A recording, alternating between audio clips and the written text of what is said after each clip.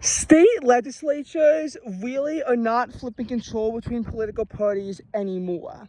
There's actually been very little change ever since the 2018 blue wave, where we saw a bunch of legislatures flip, but since then, we haven't really seen a whole lot. Some coalitions in Alaska, yes, but in terms of legislatures flipping control, we haven't really seen a whole lot. We did see Virginia Democrats pick up both the Senate and the House in 2019. 2019 sort of continued on 2017 and 2018 in that it was very favorable environment for Democrats, which ultimately led to Trump's defeat in 2020. And in addition to that, we also saw how, we had those trends towards Democrats. Now, 2020, even though Trump was defeated, we did see Republicans flip both branches of the New Hampshire General Court that they lost in 2018. So the New Hampshire legislature, which was fully Democrat in 2018, flipped back to being fully Republican. 2021, we saw Republicans pick up the Virginia House of Delegates. 2021 was supposed to be, a continuous wave of favorable elections for Republicans because of the unpopularity of Joe Biden, but Roe v. Wade, caused Republicans to actually somehow mess that up.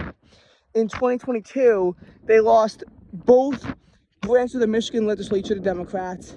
They also lost the Pennsylvania House of Representatives, and they lost the Minnesota Senate.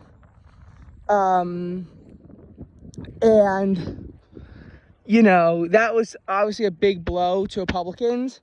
And in 2023, things get worse because they also lose the Virginia House of Delegates. 2024 comes, they get back the Michigan House of Representatives, and they force a tie in the Minnesota House of Representatives. 2025, not a whole lot happens. However, in terms of supermajority control, we've seen a lot of changes go on in that. 2024, we saw a bunch of supermajorities being established, and we saw a bunch of supermajorities being broken. As an example, Democrats gained supermajorities in both legislatures in Oregon. However, they lost a supermajority in the New York Senate, as an example. Republicans gained supermajorities in the Iowa House of Representatives and the New Hampshire Senate. However, in a lot of these cases, these states were already under trifecta control, so these supermajorities being established or broken was not really that impactful on statewide politics. It really wasn't. There are some things you need a supermajority for, but it's not a whole lot. It's not like it's going to cause that much of an impact in terms of, these statewide control kind of things. It just didn't really have too much of an impact. So I don't even remember all of them. But in two cases, a supermajority being broken was actually impactful. Both branches of the Vermont legislature, while Democrats retained both of them, they did lose their supermajorities. Combine that with, Phil Scott and his Republican landslide win, and it actually forced a split legislature in the state of Vermont. And here's another thing. He also managed to hold the lieutenant governorship from Democrat to Republican. And because of that, even if Phil Scott retires, there is a chance Republicans could hold the governorship if the lieutenant governor, who's pretty popular in his own right,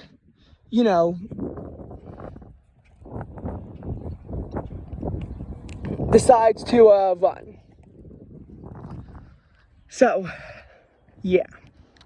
That's that for Vermont. And obviously, it's a little bit weird that one of the bluest states in the country does happen to have a split government, and like an actual one as far as Vermont went. They had a supermajority in the Senate for a while, but in the Vermont House, they didn't have one after 2020, but then they got one after 2022.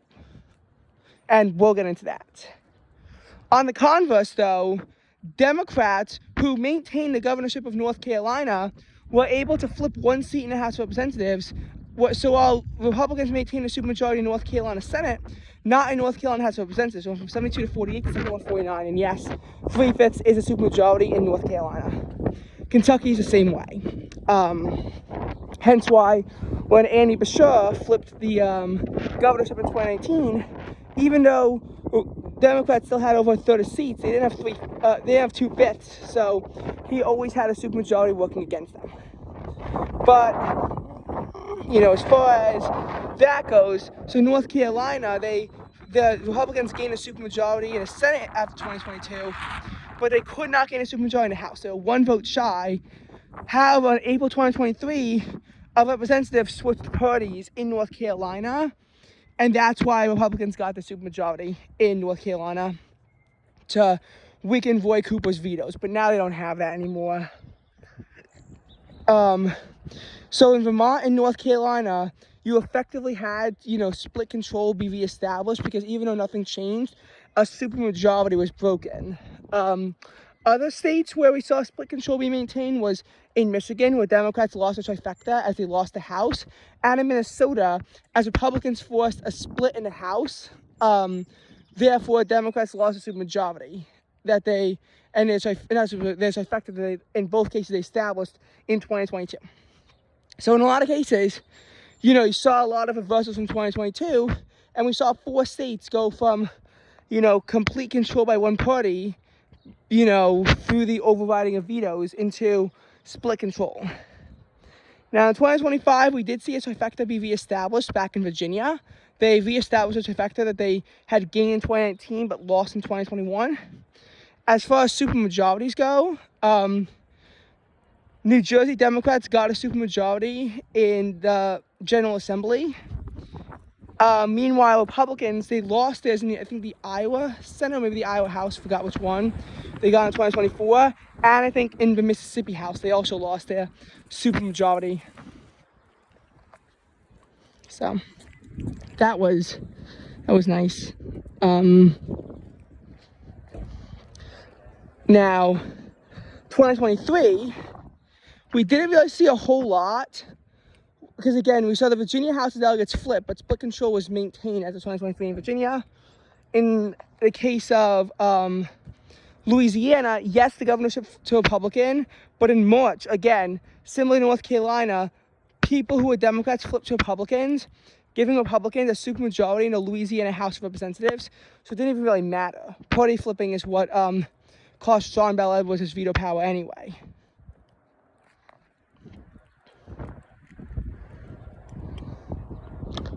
So that's that. We didn't really see. So I guess technically, you had Louisiana and North Carolina lose it through party switching and become, Republican control in spite of the Democratic governors.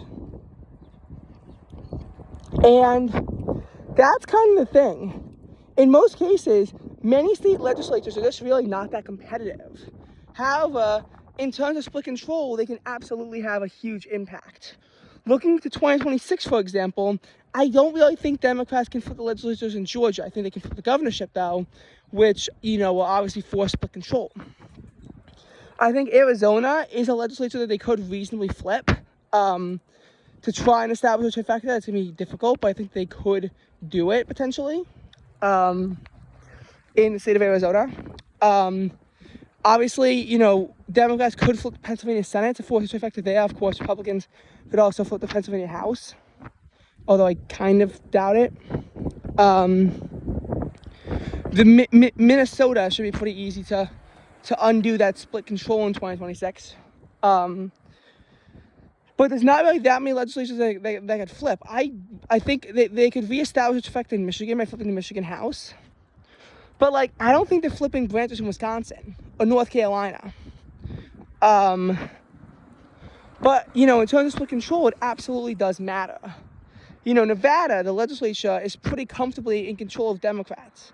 The big question, I think, in 2024 was, were Democrats going to get a supermajority to be able to override Joe Lombardi's vetoes?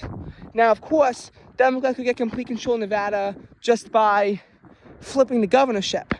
Though I don't think that's particularly likely, because I think Joe Lombardo is relatively popular in his own state. I think in terms of some more flippable states, I think Georgia is definitely more flippable. Yeah.